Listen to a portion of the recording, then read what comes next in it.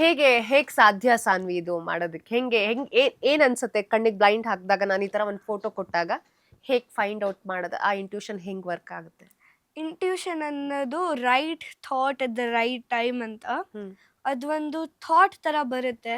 ಹ್ಮ್ ಇಲ್ಲಿ ಒಳಗಡೆ ಮೈಂಡಲ್ಲಿ ಬರುತ್ತೆ. ಇದು ಹಿಂಗಿದೆ, ಇಲ್ಲಿ ಇದಿದೆ, ಇಲ್ಲ ಇವಾಗ ನೀವು ಅದು ಪಿಕ್ಚರ್ ತೋರಿಸಿದಿರಲ್ಲ, ಸೊ ಅದು ಒಂದು ಫ್ಲ್ಯಾಶ್ ಥರ ಬರುತ್ತೆ ನಮ್ಮ ಮೈಂಡಲ್ಲಿ. ಓಕೆ. ಕಿ ಇದು ಇವಾಗ ಈ ಪಿಕ್ಚರ್ ಇದೆ, ಇದರಲ್ಲಿ ಏನೇನು ಡಿಸ್ಕ್ರೈಬ್ ಮಾಡಬೇಕು ಸಾನ್ವಿ, ಅದು ನೀನು ಹೇಳು ಅಂತ ಹೌದು. ಬರುತ್ತೆ.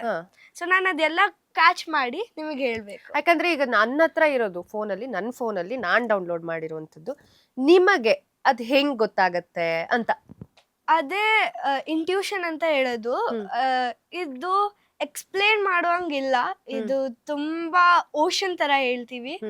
ಅಲ್ಲ, ಈಗ ಕಣ್ಣಿಗೆ ಬಟ್ಟೆ ಕಟ್ಟಿದಾಗ ನಮಗೆಲ್ಲ ಕತ್ಲು ತರ ಕಾಣುತ್ತೆ, ಏನು ಕಾಣಿಸಲ್ಲ. ಒಂದೊಂದ್ಸರಿ ಮೈಂಡೇ ಬ್ಲಾಂಕ್ ಆಗ್ಬಿಡತ್ತೆ ಅಂತ ಹೇಳ್ತೀವಿ. ಏನೋ ಒಂದು ಥಾಟ್ಸ್ ಇರುತ್ತೆ, ಅದು ಪ್ರೊಸೆಸ್ ಆಗ್ತಾ ಇರುತ್ತೆ ನಾವು ಕಣ್ಣಿಗೆ ಬಟ್ಟೆ ಕಟ್ಟದಂತ ಸಂದರ್ಭದಲ್ಲಿ. ಸೊ ನೀವು ಇದ್ರಲ್ಲಿ ಎಕ್ಸ್ಪರ್ಟ್ ಆಗಿರೋದು, ನಿಮ್ಮ ಕಣ್ಣಿಗೆ ಬಟ್ಟೆ ಕಟ್ಟಿದಾಗ ಏನ್ ಥಾಟ್ಸ್ ಬರುತ್ತಾ, ಅಥವಾ ಇದಕ್ಕೆ ಸಂಬಂಧಪಟ್ಟಂಗೆ ನಾವು ಏನೋ ಒಂದು ಪ್ರಶ್ನೆ ಕೇಳಿದೀವಲ್ಲ ಅದಕ್ಕೆ ಸಂಬಂಧಪಟ್ಟಂಗೆ ವರ್ಕ್ ಆಗ್ತಾ ಇರತ್ತಾ, ಹೇಗೆ? ಇವಾಗ ನನ್ನ ಕಣ್ಣಿಗೆ ಇದು ಬ್ಲೈಂಡ್ ಫೋಲ್ಡ್ ಹಾಕಿದ್ರೆ ನಂಗೆ ಎಲ್ಲ ಕಾಣಿಸುತ್ತೆ.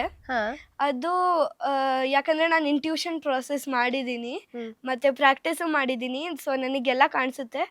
ಅದು ನೀವು ತೋರಿಸಿದಾಗ ನನಗೆ ಒಂದು ಇನ್ನರ್ ಕಾನ್ಷಿಯಸ್ನೆಸ್ ಹೇಳುತ್ತೆ ಕಿ ದಿಸ್ ಪಿಕ್ಚರ್ ಇಸ್ ದಿಸ್ ಅಂತ. ಸೊ ನಾನು ಅದು ಹೇಳಬೇಕು, you have to tell this Saanvi ಅಂತ ಬರುತ್ತೆ. ಮತ್ತೆ ಆ ಪಿಕ್ಚರ್ ಫುಲ್ ನೀವು ಏನು ತೋರಿಸ್ತಿರಲ್ಲ ಅದೆಲ್ಲ ನನಗೆ ಗೊತ್ತಾಗ್ಬಿಡುತ್ತೆ.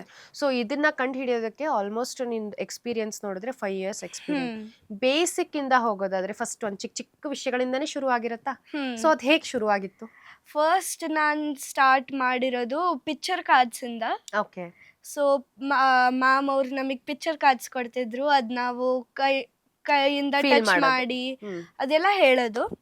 ಆಮೇಲೆ ನೆಕ್ಸ್ಟ್ ಹೋಗುವಾಗ ಡ್ರಾಯಿಂಗ್ ಮಾಡೋದು. ಒಬ್ರು ಡ್ರಾ ಮಾಡ್ತಾರೆ ಮತ್ತೆ ನಾವು ಅದನ್ನ ಕಾಪಿ ಮಾಡೋದು. ಮತ್ತೆ ಒಂದು ಕಲರಿಂಗ್ ಬುಕ್ಸ್ ಗೊತ್ತಲ್ವಾ? ಸೊ ಅದರಲ್ಲಿ ಒಂದು ಡಯಾಗ್ರಾಮ್ ಕೊಟ್ಟಿರುತ್ತೆ ಕಲರ್ದು, ಮತ್ತೆ ಇನ್ನೊಂದು ಕಲರ್ ಇಲ್ಲದಿರೋದು, ಅದನ್ನ ಕಲರ್ ಮಾಡೋದು. ಸೊ ಹಂಗೆ ಅದರಿಂದ ನೆಕ್ಸ್ಟ್ ಲೆವೆಲ್ ಅಂದ್ರೆ ಏನಾದ್ರೂ ಬರೆಯೋದು, ಅದ್ ಕಾಪಿ ಮಾಡೋದು. ಮತ್ತೆ ಆಮೇಲೆ ಹೋಗುವಾಗ ಇದೆಲ್ಲ ಕಾಣಿಸುತ್ತೆ. So this is the advance, you are in advance level, ಅಥವಾ ಇನ್ನು ಇದರಲ್ಲಿ ಮುಂದೆ ಕಲಿಯೋದಕ್ಕೆ ಇದರಲ್ಲಿ ತುಂಬಾ ಜಾಸ್ತಿ ಇದೆ. It's like ocean, I said before. ಇದ್ರಲ್ಲಿ ಏನೇನಾಗುತ್ತೆ ನಮಗೂ ಗೊತ್ತಿಲ್ಲ, ಜಸ್ಟ್ ಆಗ್ತಾ ಹೋಗುತ್ತೆ. We have to be with the flow. Okay. ಇದನ್ನೆಲ್ಲ ಡೈಲಿ ನೀವು ಪ್ರಾಕ್ಟೀಸ್, ಸ್ಕೂಲ್ ಹೋಗ್ತಾ ಇರ್ತೀರಾ, ಅದ್ರ ಜೊತೆಗೆ ಇದೊಂದನ್ನ ಪ್ರಾಕ್ಟೀಸ್ ಮಾಡ್ತಾ ಇರ್ತೀರಿ? ಡೈಲಿ ಪ್ರಾಕ್ಟೀಸ್ ಮಾಡ್ತೀರಾ? ಹಾ ಡೈಲಿ ಮಾಡ್ತೀನಿ. ಸೊ ನಾನು ಸ್ಕೂಲಿಗೆ ಹೋಗುವ ಮುಂಚೆನೆ ಡೈಲಿ ಪ್ರಾಕ್ಟೀಸ್ ಮಾಡ್ತೀನಿ. 20 minutes ಆಗುತ್ತೆ. ಸೊ ಆಗುತ್ತೆ ನಂಗೆ ಡೈಲಿ. ಸೊ ನಿಮ್ಗೆ ಕೋರ್ಸ್ ಈ ಇನ್ಸ್ಟಿಟ್ಯೂಟ್ ಅಲ್ಲಿ ಹೇಳ್ಕೊಟ್ಟ ಮೇಲೆ ಮನೆಗೆ ಹೋದ್ಮೇಲೂ ಕೂಡ ಪ್ರಾಕ್ಟೀಸ್ ಮಾಡ್ತಾ ಇದ್ರಾ ನೀವು?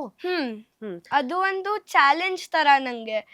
ಬೇರೆ ಮಕ್ಳು ಮಾಡ್ತಿದ್ದಾರೆ, ನಂಗೂ ಅದ್ ಕುತೂಹಲ ಟೈಪ್ ಇರುತ್ತಲ್ಲ, ನಾನು ಮಾಡ್ಬೇಕಪ್ಪ ಇವಾಗ, ಅದನ್ನ ಇಟ್ಕೊಂಡು ನಾನ್ ಮಾಡೋದು.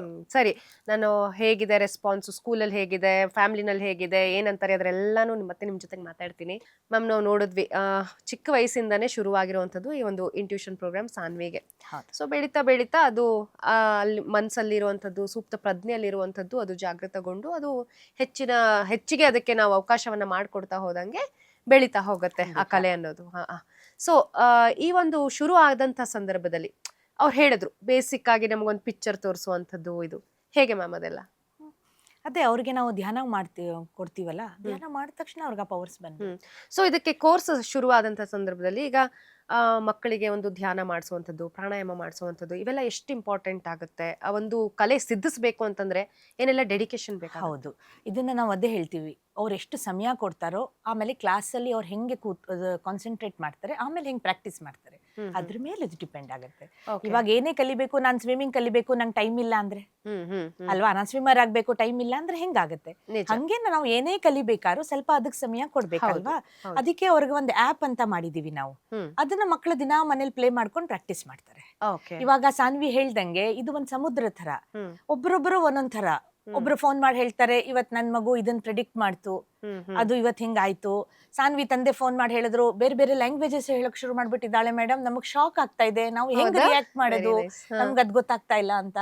ಆಮೇಲೆ ಎಷ್ಟೋ ಮಕ್ಕಳಿಗೆ ಕಾನ್ಸಂಟ್ರೇಷನ್ ನಾವ್ ಅಂತೀವಲ್ಲ ಅದು ಇಲ್ವೇ ಇಲ್ಲ. ಕೋವಿಡ್ ನಿಜ. ಆದ್ಮೇಲಂತೂ ಮಕ್ಕಳು ನಿಜ. ಒಂದ್ ಕಡೆ ಕೂತ್ಕೊಂಡು ಒಂದು ಚೂರು ಅವ್ರಿಗೆ ಏಕಾಗ್ರತೆ ಅನ್ನೋದೇ ಇಲ್ಲ ನಿಜ ಮ್ಯಾಮ್. ಅಲ್ವಾ. ಸುಮ್ನೆ ಎದ್ದು ಹೋಗ್ತಾರೆ ಬರ್ತಾರೆ, ಸುಮ್ನೆ ಕೂತಿರ್ತಾರೆ, ತಲೆಗೆ ಹತ್ತಲ್ಲ ಅಲ್ವಾ. ಯಾವಾಗ ಇಂಟ್ಯೂಷನ್ ಮಾಡ್ತಾರೋ ಇವಾಗ ನಾವು ಇದೆಲ್ಲ ಆಕ್ಟಿವಿಟೀಸ್ ತೋರ್ಸಿದ್ವಲ್ಲ, ಇದು ಸುಮ್ನೆ ನಿಮ್ಗೆ ಪಂಚೇಂದ್ರಿಯಿಂದ ಮೀರಿರೋದು ಅಂತ ತೋರಿಸ್ತೀವಿ.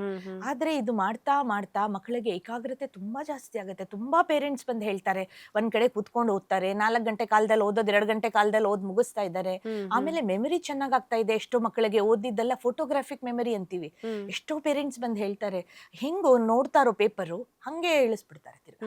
ಅದೇ ಅಂದ್ರೆ ಸ್ಟಡಿ ಮೇಲೂ ಕೂಡ ತುಂಬಾ ಒಳ್ಳೆ ಇಂಪ್ಯಾಕ್ಟ್ ಗ್ರೇಟ್ಸ್ ಸ್ಕೂಲ್ಸ್ ಅಲ್ಲಿ ನೋಡಿ ಯಾವ್ಯಾವ ಸ್ಕೂಲ್ಸ್ ಅಲ್ಲಿ ಆಗಿದೆ. ಪರ್ಸನಲ್ ಆಗಿ ಪೇರೆಂಟ್ಸ್ ಬಂದು ಹೇಳ್ತಾರೆ. ಆಮೇಲೆ ವಿಶೇಷ ಅನ್ಸೋದು ಎಷ್ಟೋ ಮಕ್ಕಳು ಸಾಮಾನ್ಯವಾಗಿ ಮಕ್ಕಳು ಸೈನ್ಸ್ ಮ್ಯಾಥ್ಸ್ ಅಂದ್ರೆ ತುಂಬಾ ಹೆದರ್ತಾರೆ, ಗಣಿತ ಅಂತ. ನಿಜ. ಆದ್ರೆ ಇದೆಲ್ಲ ಆದ್ಮೇಲೆ ಎಷ್ಟೋ ಪೇರೆಂಟ್ಸ್ ಬಂದು ಹೇಳ್ತಾರೆ ಇವಾಗ ಗಣಿತದಲ್ಲೂ ತುಂಬಾ ಇಂಟ್ರೆಸ್ಟ್ ಇದೆ, ಅದ್ರಲ್ಲಿ ಹೈಯೆಸ್ಟ್ ಮಾರ್ಕ್ಸ್ ಬಂದ್ಬಿಟ್ಟಿದೆ ಅಂತ. ಆಮೇಲೆ ಲೀಡರ್ಶಿಪ್ ಕ್ವಾಲಿಟೀಸ್ ಅಂತೀವಿ. ಕ್ಲಾಸ್ ಅಲ್ಲಿ ನೋಡಿ ಎಷ್ಟೋ ಸತಿ ಮಕ್ಕಳು ಒಬ್ರೇ ಕೂತಿರ್ತಾರೆ, ಯಾವ್ದಕ್ಕೊಂಥರ ಉತ್ಸಾಹ ತೋರ್ಸಲ್ಲ, ಏನು ಆಕ್ಟಿವಿಟಿಗೆ ಬರಲ್ಲ, ಸ್ಪೋರ್ಟ್ಸ್ಗೂ ಬರಲ್ಲ. ಅವರೆಲ್ಲ ಪ್ರಾಕ್ಟೀಸ್ ಮಾಡಿ ಮಾಡಿ ಎಷ್ಟೋ ಮಕ್ಕಳು ಬಂದು ಹೇಳ್ತಾರೆ, ಪೇರೆಂಟ್ಸ್ ಬಂದು ಹೇಳ್ತಾರೆ ಲೀಡರ್ಸ್ ಆಗ್ಬಿಟ್ಟಿದ್ದಾರೆ ಕ್ಲಾಸ್ ಅಲ್ಲಿ ಅಂತ. ಎಷ್ಟೋ ಮಕ್ಕಳು ಆಟಗಳಲ್ಲಿ ಕ್ರಿಯೇಟಿವಿಟಿ, ಸೃಜನಶೀಲತೆ ಎಷ್ಟು ಚೆನ್ನಾಗಿದೆ ಅಂದ್ರೆ ನಾವು ಸಂಗೀತ ಕಲಿಬೇಕು, ನಾವು ಆರ್ಟ್ಸ್ ಕಲಿಬೇಕು, ನಾವು ಸ್ವಿಮ್ಮಿಂಗ್ ಕಲಿಬೇಕು ಅಂತಾರೆ. ಆಮೇಲೆ ಆಲ್ರೆಡಿ ಆಡ್ತಿರೋ ಮಕ್ಕಳೆಲ್ಲ ಎಕ್ಸೆಲ್ ಆಗ್ಬಿಡ್ತಾರೆ. ಇವಾಗ ಬಾಸ್ಕೆಟ್ ಬಾಲ್ ಅಲ್ಲಿ ನನ್ನ ಸ್ಟೂಡೆಂಟ್ ಒಬ್ಬ ಇದ್ದಾನೆ, ಹೇಮನಂದನ್ ಅಂತ. ಅವನಿಗೆ 3 ಗೋಲ್ಡ್ ಬಂದ್ಬಿಡ್ತು. ಮುಂಚೆನೂ ಆಡಿದ್ದಾನೆ ಎಷ್ಟೋ ವರ್ಷದಿಂದ. ಸೊ ಅವನ್ಗೆ ಪ್ರಿಡಿಕ್ಷನ್ ಗೊತ್ತಾಗತ್ತೆ, ಹೆಂಗೆ ನೆಕ್ಸ್ಟ್ ಮೂವ್ ಮಾಡಬೇಕು ಅಂತ ಗೊತ್ತಾಗತ್ತೆ. ನನ್ನ ಸ್ಟೂಡೆಂಟ್ ದಿವ್ಯಾ ಅಂತ ಏಷ್ಯನ್ ಗೇಮ್ಸ್ ಅಲ್ಲಿ 3 ಗೋಲ್ಡ್ ಮೆಡಲ್ ಗೆದ್ಕೊಂಡು ಬಂದ್ಲು ಅವಳು ರೈಫಲ್ ಶೂಟಿಂಗ್ ಅಲ್ಲಿ. ಅವಳು ಅದೇ ಹೇಳ್ತಾಳೆ ಅಲ್ಲಿ ಇಷ್ಟು ಡಿಸ್ಟರ್ಬೆನ್ಸ್ ಆಗುತ್ತೆ, ಅವ್ರಿಗೆ ತುಂಬಾ ಡಿಸ್ಟರ್ಬೆನ್ಸ್ ಇರುತ್ತಂತೆ, ಪ್ರಾಕ್ಟೀಸ್ ಅಲ್ಲೂ ನಾಯ್ಸ್ ಎಲ್ಲ ಮಾಡ್ತಾರಂತೆ. ಸೊ ಆದ್ರೆ ಅವಳಿಗೆ ಅದೇನು ಎಫೆಕ್ಟ್ ಆಗಲ್ಲ, ಏಕಾಗ್ರತೆ ಹಂಗೆ ಇರುತ್ತೆ. ಆಮೇಲೆ ಒಂದು ಉತ್ಸಾಹದಿಂದ ಮಾಡ್ತಾರೆ. ಯಾವಾಗ ನಮ್ಗೆ ಮನ್ಸು ತುಂಬಾ ಕಾಮ್ ಆಗ್ಬಿಡುತ್ತೆ, ಧ್ಯಾನಗಳು ಮಾಡ್ತೀವಲ್ಲ ಅವಾಗ ಯಾವ ಡಿಸ್ಟ್ರಿಕ್ಷನ್, ಕೋಪ ಬರಲ್ಲ. ನೋಡಿ ಏನೇ ಮಾಡಿದ್ರು ಕೋಪ ಅಥವಾ ಇದಾಗ್ಬಿಟ್ರೆ ನಾವು ಅದನ್ನ ಸಾಧಿಸಕ್ ಆಗಲ್ಲ ಅಲ್ವಾ, ಡಿಸ್ಟ್ರಾಕ್ಷನ್ಸ್ ಅಂತೀವಿ ನಾವು. ಆದ್ರೆ ಇಂಟ್ಯೂಷನ್ ಪ್ರೊಸೆಸ್ ಮಾಡಿದ್ಮೇಲೆ ಪೇರೆಂಟ್ಸ್ ಹೇಳ್ತಾರೆ ಡಿಸ್ಟ್ರಾಕ್ಷನ್ ತುಂಬಾ ಕಡಿಮೆ ಇದೆ. ಆಮೇಲೆ ಇವಾಗ ನೋಡಿ ಮಕ್ಕಳಿಗೆ ಸ್ಟ್ರೆಸ್, ಎಕ್ಸಾಮ್ ಚಿಕ್ಕ ಮಕ್ಕಳಲ್ಲೇ ನಿಜವಾಗ್ಲೂ ಆಶ್ಚರ್ಯ. ಎಷ್ಟು ಸ್ಟ್ರೆಸ್ ಮಕ್ಕಳಿಗೆ ಇದು ಅಂದ್ರೆ. ಇವಾಗ ನೋಡಿ ಮೊನ್ನೆ ನಾನು ನ್ಯೂಸ್ ನೋಡಿದೆ, ಡೆಲ್ಲಿಲಿ ಒಂದ್ ಮಗು ಸೂಸೈಡ್ ಮಾಡ್ಕೊಂಡ್ಬಿಡ್ತು 10th ಸ್ಟ್ಯಾಂಡರ್ಡ್. ಹೌದು. ಯಾಕಂದ್ರೆ ಯಾವ ಸ್ಕೂಲಲ್ಲೂ ನಾವು ಮನ್ಸನ್ ಹೆಂಗ್ ನೋಡ್ಕೋಬೇಕು ಅಂತ ಹೇಳ್ಕೊಡಲ್ಲ, ನಾವು ಸೈನ್ಸ್ ಮ್ಯಾಥ್ಸ್ ಹೇಳ್ಕೊಡ್ತೀವಿ. ಕಾಲನು ತುಂಬಾ ಸೂಕ್ಷ್ಮವಾಗಿದೆ. ಪಾಪ ಮಕ್ಕಳಿಗೆ ಆ ಸ್ಟ್ರೆಸ್ ಹೆಂಗ್ ಹ್ಯಾಂಡಲ್ ಮಾಡೋದು ಅಂತ ಗೊತ್ತಿಲ್ಲ. ಆದ್ರೆ ಇಂಟ್ಯೂಷನ್ ಪ್ರೊಸೆಸ್ ಮಾಡಿದಾಗ ಇಮೋಷನಲ್ ಔಟ್ ಬರ್ಸ್ಟ್ ಇರುತ್ತಲ್ಲ, ಆಂಗರ್ ಇರುತ್ತಲ್ಲ, ಅದೆಲ್ಲ ಕಡಿಮೆ ಆಗುತ್ತೆ. ಮಕ್ಕಳು ಹೆಂಗೆ ಇದನ್ನ ನಾವು right decision at the right time ಅಂತೀವಿ. ಸೊ ಯಾವ ತರ ನಾವು ಡಿಸಿಷನ್ ತಗೋಬೇಕು, ನಾವು ಯಾವ ನಿರ್ಣಯ ತಗೋಬೇಕು ಅಂತ ಗೊತ್ತಾಗುತ್ತೆ. ಆಮೇಲೆ ನೀವು ಹೇಳಿದ್ರಲ್ಲ ಸೆನ್ಸಿಟಿವಿಟಿ, ಇಲ್ಲಿ ಬೇರೆ ತರ ಸೆನ್ಸಿಟಿವಿಟಿ ಬರುತ್ತೆ. ಯಾವ್ದು ನಂಗೆ ಒಳ್ಳೇದು, ಯಾವ್ದು ನಂಗೆ ಮುಂದೆ ಒಳ್ಳೇದಾಗತ್ತೆ, ಪ್ರಿಡಿಕ್ಷನ್ ಅಂತೀವಿ. ಅವ್ರಿಗೆ ಅವ್ರ ಬಗ್ಗೆ ಗೊತ್ತಾಗುತ್ತೆ. ಸೊ ಇವಾಗ ನಾವು ಆಸ್ ಅ ಪೇರೆಂಟ್ ಆಗಿ ಏನ್ ಮಾಡ್ತೀವಿ, ನಮ್ ಮಕ್ಳಿಗೆ ಹೇಳ್ತಾ ಇರ್ತೀವಿ ನೀನ್ ಒಳ್ಳೇದಕ್ಕೆ ಹೇಳ್ತಾ ಇದೀವಿ, ನೀನ್ ಒಳ್ಳೇದಕ್ಕೆ. ಹೌದು, ಮಕ್ಕಳಿಗೆ ಆ ಬುದ್ಧಿ ಇರೋದಿಲ್ಲ ಯೋಚನೆ ಮಾಡುವಷ್ಟು. ಆದ್ರೆ ಇಂಥ ಕಲಿಕೆಯನ್ನ ಕಲ್ತಂತ ಸಂದರ್ಭದಲ್ಲಿ ಮಕ್ಕಳಿಗೆ ನಾವ್ ಹೇಳೋದ್ರ ಜೊತೆಗೆ ಅವ್ರಿಗೂ ಒಂದು ಅವೇರ್ನೆಸ್. ಹೌದು, ಅವರೇ ಕುತ್ಕೋತಾರೆ ಓದಕ್ಕೆ. ಪೇರೆಂಟ್ಸ್ ಇವಾಗ ಎಷ್ಟೋ ಪೇರೆಂಟ್ಸ್ ಹೇಳ್ತಾರೆ ನಮ್ಮ ಮಕ್ಳಿಗೆ ನಾವ್ ಹೇಳೋದೇ ಇಲ್ಲ, ಅವ್ರು ಟೈಮ್ ಟೇಬಲ್ ಮಾಡ್ಕೋತಾರೆ, ಅವರೇ ಓದ್ಕೋತಾರೆ, ಮೊದ್ಲಿನ ತರ ಅವ್ರಿಗೆ ಇರಿಟೇಷನ್ ಇಲ್ಲ, ಅದು ಬೇಡ ಇದು ಬೇಡ ಮಾತಾಡಿದ್ರೆ. ಇವಾಗ ಏನ್ ಮಾಡ್ತಾರೆ ಮಕ್ಳು ಸಾಮಾನ್ಯವಾಗಿ ಲೆಕ್ಚರ್ ಶುರು ಆಯ್ತಪ್ಪ ಅಲ್ವಾ ಹಂಗಂತಾರೆ. ಅದು ತುಂಬಾ ಕಾಮನ್ ಅದು. ಬಟ್ ಯಾಕಂದ್ರೆ ಪಾಪ ಮಕ್ಕಳಿಗೆ ಸ್ಕೂಲಲ್ಲೂ ಪ್ರೆಷರ್ ಇರುತ್ತೆ, ಮನೆಯಲ್ಲೂ ನಾವು ಪೇರೆಂಟ್ಸ್ ಚೆನ್ನಾಗಿ ಓದ್ಬೇಕು ಅಂತೀವಿ, ಏನ್ ಮಾಡ್ಬೇಕು ಅಂತ ಗೊತ್ತಾಗಲ್ಲ. ಬಟ್ ಇದೆಲ್ಲ ಮಾಡಿದಾಗ, ಇಂಟ್ಯೂಷನ್ ಪ್ರಾಸೆಸ್ ಮಾಡಿದಾಗ ತುಂಬಾ ಕಾಮ್ ಆಗ್ಬಿಡ್ತಾರೆ. ಕಾಮ್ ಆಗ್ಬಿಟ್ಟು ಸರಿಯಾಗಿ ಡಿಸಿಷನ್ ತಗೋತಾರೆ. ಎಷ್ಟೋ ಮಕ್ಕಳು ಇವಾಗ ನೋಡಿ ಮೊಬೈಲ್, ತುಂಬಾ ಪೇರೆಂಟ್ಸ್ ಬಂದು ಹೇಳ್ತಾರೆ ಮೇಡಮ್ ತುಂಬಾ ಕಷ್ಟ ಆಗ್ತಿದೆ ನಮ್ಗೆ ಮೊಬೈಲ್ ಬಿಡ್ಸೋದು, ತುಂಬಾ ಡಿಸ್ಟ್ರಾಕ್ಷನ್, FB ಇದೆ, ಇನ್ಸ್ಟಾ ಇದೆ, ಎಲ್ಲಾ ಕುತ್ಕೊಂಡು ನೋಡ್ತಾರೆ. ಆಮೇಲೆ ನಾವು ಇವಾಗ ಕೊಟ್ಬಿಟ್ಟಿದೀವಿ, ಏನು ಮಾಡಕ್ಕಾಗಲ್ಲ ಯಾಕಂದ್ರೆ ಎಲ್ಲಾ ನಾಲೆಜ್ ಮೊಬೈಲ್ ಅಲ್ಲಿ ಇದೆ. ಆಮೇಲೆ ಝೂಮ್ ಅಲ್ಲೆಲ್ಲ ಕ್ಲಾಸಸ್ ಅಟೆಂಡ್ ಮಾಡ್ತಾರೆ, ನಾವು ಬೇಡ ಅನ್ನಕ್ಕಾಗಲ್ಲ. ಆದ್ರೆ ಇದಾದ್ಮೇಲೆ ಮಕ್ಳಿಗೆ ಗೊತ್ತಾಗತ್ತೆ, ಓ ಇದಲ್ಲಿ ಸಮಯ ವ್ಯರ್ಥ ಮಾಡ್ತಾ ಇದ್ದೀನಿ, ನಾನ್ ಚೆನ್ನಾಗಿ ಓದ್ಕೋಬೇಕು. ಪೇರೆಂಟ್ಸ್ ಬಂದು ಹೇಳ್ತಾರೆ, ಇವಾಗ ಅವರೇ ಮೊಬೈಲ್ ಯೂಸ್ ಮಾಡ್ತಿಲ್ಲ. ಎಷ್ಟೋ ಜನ ಹೇಳ್ತಾರೆ ನಂಗೆ ಎಷ್ಟು ಸಂತೋಷ ಆಗತ್ತೆ ಅಂತ. ಇಲ್ಲ, ಡಿಸ್ಟ್ರಾಕ್ಷನ್, ಒಂದು ಡೈವರ್ಟ್ ಮಾಡದೆ ಇವಾಗ ದೊಡ್ಡ ಚಾಲೆಂಜ್ ಪೇರೆಂಟ್ಸ್ ಇರುವಂತದ್ದು. So I, mind, body 3 coordination ಇದ್ದಾಗ ಈ ಒಂದು ಇಂಟ್ಯೂಷನ್ ಸಿಕ್ಕಾಪಟ್ಟೆ ವರ್ಕ್ ಆಗುತ್ತೆ. ಅದ್ ಹೆಂಗ್ ಮಾಡೋದು ಅಂತ ನಾವು ಹೇಳ್ಕೊಡ್ತೀವಿ. ಇವಾಗ ಅವ್ಳು ಹೇಳಿದ್ಲಲ್ಲ ಫ್ಲಾಶ್ ತರ ಕಾಣಿಸುತ್ತೆ. ಸೊ ಆ ಫ್ಲಾಶ್ ಅನ್ನ ಹೆಂಗ್ ನೋಡೋದು, ಅದ್ರ ಮೇಲೆ ಹೆಂಗ್ ಕೆಲಸ ಮಾಡೋದು ಅಂತ ನಾವು ಅವ್ರಿಗೆ ಹೇಳ್ಕೊಡ್ತೀವಿ. ಮಾಡ್ತೀವಿ. ಹ್ಮ್ ಇವಾಗ ಅವಳು ಹೇಳ್ದಂಗೆ ಅವಳಿಗೆ ಎಲ್ಲ ಕಾಣುತ್ತೆ, ಬ್ಲೈಂಡ್ ಫೋಲ್ಡ್ ಹಾಕೊಂಡ್ರು ಎಲ್ಲ ಕಾಣುತ್ತೆ. ಮಕ್ಕಳು ಬ್ಲೈಂಡ್ ಫೋಲ್ಡ್ ಹಾಕೊಂಡು ಸ್ವಿಮ್ಮಿಂಗ್ ಮಾಡ್ತಾರೆ, ವಾಕಿಂಗ್ ಮಾಡ್ತಾರೆ, ಇಂಡೋರ್ ಗೇಮ್ಸ್ ಇರ್ಬೋದು, ludo, snake and ladder, 1 to 100 coins ಬಿಸಾಕ್ಬಿಡ್ತೀನಿ, ಅದನ್ನೆಲ್ಲ ಸೇರಿಸ್ತಾರೆ. ಪಜಲ್ಸ್ ಹಾಕ್ತೀನಿ 500 ಪೀಸಸ್, ನಾನು ಅದನ್ನೆಲ್ಲ ಸೇರಿ ಪಜಲ್ ಕಂಪ್ಲೀಟ್ ಮಾಡ್ತಾರೆ. ಅವ್ರಿಗೆ ಹೆಂಗಿರ್ತಾರೆ ಅಂದ್ರೆ ನೀವು ಅವ್ರನ್ನ ನೋಡಿದ್ರೆ ನಿಮ್ಗೆ ಅನ್ಸದೇ ಇಲ್ಲ ಅವ್ರ ಕಣ್ಣಕ್ಕೆ ಕಟ್ಕೊಂಡಿದ್ದಾರೆ. ನಾನು ಅದೇ ಹೇಳಿದ್ದು ಫಸ್ಟ್ ಕಾರ್ಯಕ್ರಮ ಶುರುವಿನಲ್ಲೇ ಹೇಳ್ದೆ, ನಾನು ರಿಯಲ್ ಹೀರೋಸ್ ನಮ್ಮ ಮಧ್ಯೆ ಇರ್ತಾರೆ, ನಮಗ್ ಗೊತ್ತಾಗಲ್ಲ. ಆಮೇಲೆ ಇವರೆಲ್ಲ ನಾರ್ಮಲ್ ಕಿಡ್ಸ್, ಎಷ್ಟೋ ಮಕ್ಕಳಿಗೆ ಸ್ಪೆಷಲ್ ಎಬಿಲಿಟಿ ಇರುತ್ತೆ, ಪಾಪ ಅವ್ರ ಕಣ್ ಕಾಣಲ್ಲ, ಕಿವಿ ಕೇಳಲ್ಲ, ಅವರಲ್ಲಿ ಕೂಡ ನಾವು ಇಂಟ್ಯೂಷನ್ ನೋಡಿದ್ವಿ. ಇವಾಗ ಕಣ್ ಕಾಣ್ದಿರೋ ಮಕ್ಕಳಲ್ಲಿ ಸ್ಕೂಲಲ್ಲಿ ನಿಜ ಮ್ಯಾಮ್, ನಾನು ಇದನ್ನ ಕೇಳೋಣ ಅನ್ಕೊಳ್ತಾ ಇದ್ದೆ. ಸೊ ಈ ಒಂದು ಇಂಟ್ಯೂಷನ್ ವರ್ಕ್ ಆಗ್ತಿದೆ. ನನ್ ಮೈಂಡ್ ಅಲ್ಲಿ ಇರೋದು, ನೀವು ಟೀಚರ್, ಸ್ಟೂಡೆಂಟ್ ಆಮೇಲೆ ಟೀಚರ್ಗೆ ಫಸ್ಟ್ ಗೊತ್ತಾಗೋದು. ಸೊ ವೆರಿ ನೈಸ್ ಮ್ಯಾಮ್ ಅಲ್ವಾ. ಫಸ್ಟ್ ಟೈಮ್ ಕೋರ್ಸ್ ತಗೊಂಡಾಗ ನಂಗೆ ಬ್ಲಾಕ್ ಇತ್ತು, ಇದೇನಪ್ಪ ಇದು ಇವ್ರಿಗೆ ಹೆಂಗೆ ಅಂತ ಅಲ್ವಾ. ಸೊ ಹೋಗಿ ತಗೊಂಡ ತಕ್ಷಣ ಮೆಡಿಟೇಷನ್ ಎಲ್ಲ ಕೊಟ್ವಿ, ರಿಲ್ಯಾಕ್ಸ್ ಮಾಡಿಸಿದ್ವಿ. ಅವ್ರು ಯಾವತ್ತೂ ಅದನ್ನ ನೋಡಿಲ್ಲ, ಕಲರ್ ಗೊತ್ತಿಲ್ಲ, ಇದು ಕೆಂಪು ಇದು ಹಸಿರು ಅಂತ. ಇವಾಗ ನೀವು ಇವಳಿಗೆ ಪಿಕ್ಚರ್ ಕೊಟ್ರಲ್ಲ, ಹಂಗೆ ನಾವು ಪಿಕ್ಚರ್ ಕೊಟ್ರೆ ಎಲ್ಲ ಹೇಳ್ಬಿಟ್ರು ಮಕ್ಕಳು. ಆಮೇಲೆ ನಂಗೆ ತುಂಬಾ ಅನಿಸ್ತು, ಹೆಂಗೆ ನೀ ಹೇಳ್ದೆ ಇದು ಕೆಂಪು ಇದು ಹಸಿರು ಇದು ಹಿಂಗಿದೆ, ಹಿಂದ್ಗಡೆ ಇದ್ ಕಾಣ್ತಿದೆ, ಈ ಮಕ್ಳು ಹೇಳ್ದಂಗೆ ಅವರು ಹೇಳ್ತಾರೆ. ಸೊ ಕಣ್ಣಿಲ್ದೇ ಇರೋರ್ಗಂತೂ ಇದು ಎಷ್ಟು ವರ್ಕ್ ಆಗುತ್ತೆ, ಹೆಲ್ಪ್ ಆಗುತ್ತೆ ಅಲ್ವಾ ಮ್ಯಾಮ್. ಸೊ ಆ ಮಗು ನನ್ಗೆ ಹೇಳ್ತು, ಒಳ ಕಣ್ಣಿಂದ ನಂಗೆ ಕಾಣ್ತಾ ಇದೆ. ಎಷ್ಟು ಅದ್ಭುತ ಅನಿಸ್ತು ನಂಗೆ.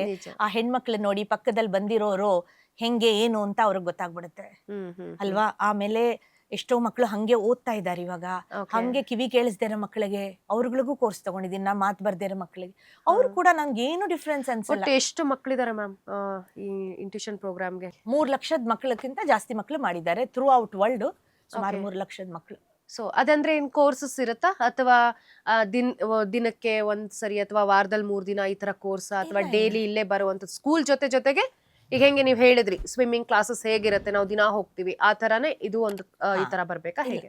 ಇದು ನಾವು ವೆಕೇಶನ್ ಫಾರ್ಮೆಟ್ ಅಂತೀವಿ, ಅದು 4 ದಿವಸದ ಇರುತ್ತೆ. ಬಾಕಿ 17 ದಿವಸದ ಒಂದು ಪ್ರೋಗ್ರಾಮ್ ಇರುತ್ತೆ, ವೀಕೆಂಡ್ಸ್ ಅಲ್ಲಿ ಇರುತ್ತೆ. ಬಾಕಿ ದಿವಸ ನಾವು ಆನ್ಲೈನ್ ಕೊಡ್ತೀವಿ. ವೀಕೆಂಡ್ಸ್ ಮಾತ್ರ ಅವ್ರು ಇಲ್ಲಿಗೆ ಬರ್ತಾರೆ. ಬಟ್ ಬೇಸಿಕ್ ಮಾತ್ರ ನಾವು ಇಲ್ಲೇ ಬಂದು ಕಲ್ತು ಆನಂತರ ಆನ್ಲೈನ್ ಬೇರೆ ಬೇರೆ ಸೆಂಟರ್ಸ್ ಇದೆ, ಇಲ್ಲೇ ಬರ್ಬೇಕು ಅಂತಿಲ್ಲ. ನಾನು ಮಲ್ಲೇಶ್ವರದಲ್ಲಿ, ಇವರೆಲ್ಲ ಮಲ್ಲೇಶ್ವರಕ್ಕೆ ಬಂದ್ರು. ಅಂದ್ರೆ ನಾನು ಏನಕ್ಕೆ ಕೇಳಿದೆ ಅಂದ್ರೆ, ಈಗ ಕೆಲವು ಬೇಸಿಕ್ ಥಿಂಗ್ಸ್ ನಾವು 1 to 1 ಅಥವಾ ಟೀಚರ್ ಜೊತೆನೆ ನಾವು ಕಲಿಬೇಕು. ಅದನ್ನ ಕಲ್ಸ್ಬಿಟ್ಟು ಅದೊಂದ್ ಸ್ವಲ್ಪ ಕಲ್ತು 1-2 ವರ್ಷ 3 ವರ್ಷ ಎಕ್ಸ್ಪೀರಿಯನ್ಸ್ ಆದ್ಮೇಲೆ ನಾವು ಆನ್ಲೈನ್ ಅಲ್ಲಿ ತಗೊಂಡಾಗ್ಲೂ ಕೂಡ ಅದು ಹೆಲ್ಪ್ ಆಗಲ್ಲ. ಇಲ್ಲ ಮೇಡಮ್, ಇಮಿಡಿಯೇಟ್ ಆಗಿ ಆಗೋಗುತ್ತೆ. ಇವಾಗ ಸಾನ್ವಿ ಹೇಳ್ದಂಗೆ ಮೆಡಿಟೇಷನ್ ಆದ ತಕ್ಷಣ ಸಾನ್ವಿ ಪಿಕ್ಚರ್ ಕಾರ್ಡ್ ರೀಡ್ ಮಾಡಿದ್ಲು. ಎಷ್ಟೋ ಮಕ್ಕಳು ಹಿಂಗೆ, ಎಷ್ಟೋ ಮಕ್ಕಳು ಪ್ರಿಡಿಕ್ಷನ್ ಅಲ್ಲಿ ಮಾಡ್ತಾರೆ, ಎಷ್ಟೋ ಮಕ್ಕಳು ಕ್ರಿಯೇಟಿವಿಟಿ, ಬಿಹೇವಿಯರ್ ಚೇಂಜಸ್ ಅಂತೀವಿ. ಮನೆಯಲ್ಲಿ ಕೋರ್ಸ್ ಮಾಡಿದ್ಮೇಲೆ ಪೇರೆಂಟ್ಸ್ ಹೇಳ್ತಾರೆ, ನಮ್ ಜೊತೆ ಒಂದು ಚೂರು ಇವಾಗ ಅವ್ರು ಜೋರಾಗಿ ಮಾತಾಡಲ್ಲ, ಬ್ರದರ್ ಸಿಸ್ಟರ್ಸ್ ಜೊತೆ ಕಾಮ್ ಆಗ್ಬಿಟ್ಟಿದ್ದಾರೆ. ಸ್ಕೂಲಲ್ಲಿ ಟೀಚರ್ಸ್ ಹೇಳ್ತಾರೆ ತುಂಬಾ ಕಾನ್ಫಿಡೆನ್ಸ್ ಜಾಸ್ತಿ ಆಗ್ಬಿಟ್ಟಿದೆ, ಆ ಮಗು ನೋಡಿದ್ರೆ ನಮಗ್ ಗೊತ್ತಾಗತ್ತೆ ಆ ಮಗುಗೆ ಕಾನ್ಫಿಡೆನ್ಸ್ ಬಂದ್ಬಿಟ್ಟಿದೆ, ಮಗು ಕಾಮ್ ಆಗಿದೆ, ಎಲ್ಲ ಹ್ಯಾಂಡಲ್ ಮಾಡ್ತಾ ಇದೆ, ಫೋಕಸ್ ಇದೆ. ಸೊ ಒಂದೊಂದ್ ತರ, ಇವಾಗ ಮನೇಲಿ 4 ಮಕ್ಳಿದ್ರೆ 4 ತರ ಇರ್ತಾರಲ್ಲ, ಹಂಗೆ ಒಬ್ಬರೊಬ್ರು ಒಂದೊಂದ್ ತರ ಪ್ರತಿಭೆ ತೋರಿಸ್ತಾರೆ.